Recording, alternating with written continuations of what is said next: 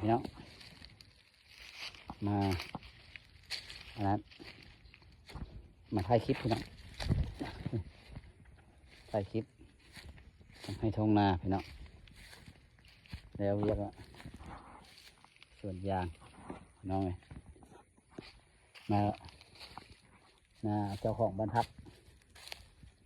ทงนา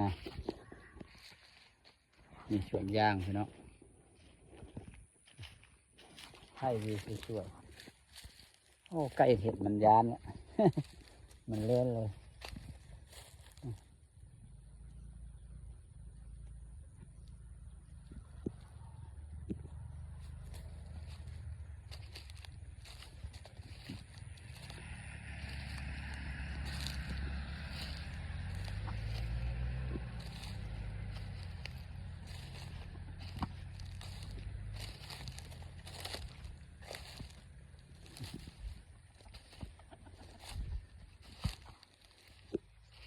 เราถ่ายคลิป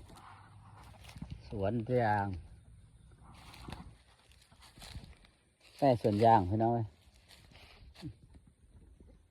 ทำจะได้กรีดยางคนกั้นมีแต่คนกรีดยางคนหาเงินดำยางพี่น้อง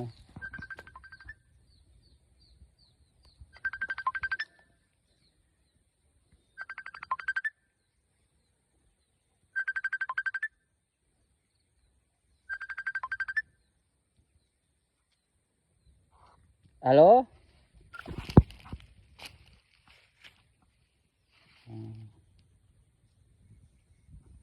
ขนาดเซียวนี่ก็ได้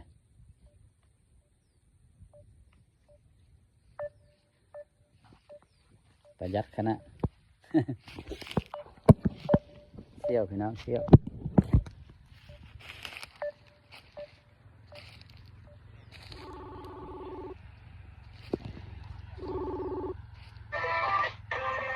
ฮัลโหลมันยังไงโทรไปแล้วบ่นอกมา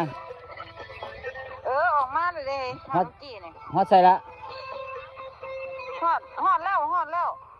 โอ้เดี๋ยวป้ามนเราจะเอาลาดเราออกไปนำให้เราออกมาพอมันกี่มันบอกเขาเนาะน้องอันนั้นฮักหาโตนะตัวฮักเอาเราแดบริษัทแอดบริษัทเราทักหาโตนะตัวคุยเราว่าเมื่อแรงค่อยคาเวียกอยู่จากลมเดียววันนี้เลย